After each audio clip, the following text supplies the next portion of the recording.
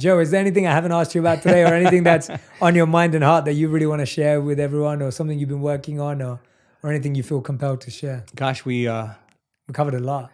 We've covered a lot. We're doing some really cool research with random event generators, and random event generators are sophisticated coin tosses. You know, the more you toss a coin, the more you're going to get 50-50 heads or tails, right? So this program machine generates about 1,000 tosses in a second. So you're looking at a very, very sophisticated machine. And if you run it for 30 minutes, you're going to see in time an equal number of ones or zeros or heads or tails, and you're going to see the straight line. When you get a group of people together with brain coherence and heart coherence, they're emitting a field. And when we do healings in our events, 100% of the time when we do those healings, those random event generators have dramatic skews to show that random events become less random and more intentional. And it's collective networks of observers that determine reality. And it's not the number of people, it's not the amount of energy, because it could be entropic.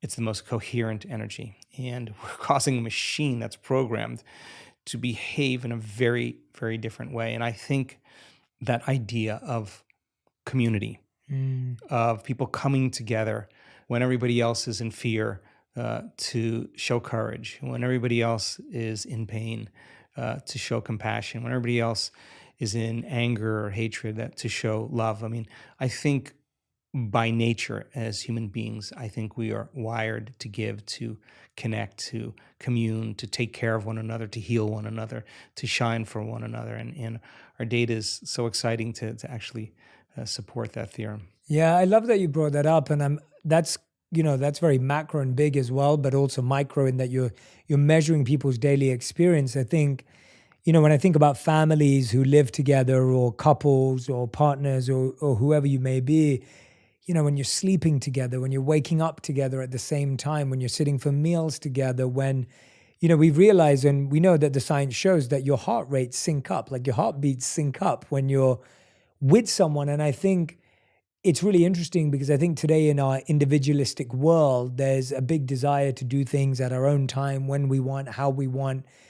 But if you're truly trying to build a relationship with someone else or build community, there's so much to be said for doing these basic practices at the same time together, right? It's really hard to be in community when you're in survival, because survival makes us put our attention on ourselves, right?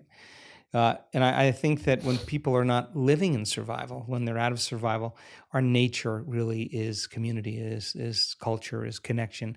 And it starts with the self, then it starts with our closest relationships, and it builds out from there. And I think that's a healthy model, for the world. I mean, when you're working on yourself and I'm working on myself, and I'm okay with me and you're okay with you, we're going to be okay with everybody, And I think when we're not okay with ourselves, that's when it gets complicated. That's amazing. Everyone who's listening and watching, make sure you go and follow Joe across social media. We'll put the links to everything in the sections there so you can follow along. But I want to make sure that you share with me your greatest insights. Tag me and Joe on Instagram, on Twitter, on TikTok, whatever platform you're using. Let us know what you'll be practicing. I hope that there's parts of this conversation that you'll listen to again and again and again, because you have to realize that the first time you hear it, there may be some inspiration, there may be some insight, but the second time, that repetition is going to help you actually apply, rewire, and reconfigure. So make sure you repeat, listen, and make sure you share this with a friend as well so you can discuss it, talk about it, put it into your own language and your vocabulary. That's such an important part of putting this into practice as well. Joe, as ever, thank you so much for making the time and effort. I know that you've always got unpredictable things happening in your life like this morning, but you chose to be here, and thank you so much for being here. I really appreciate it. Thank you, Jay. Thank you for having me. Thank you.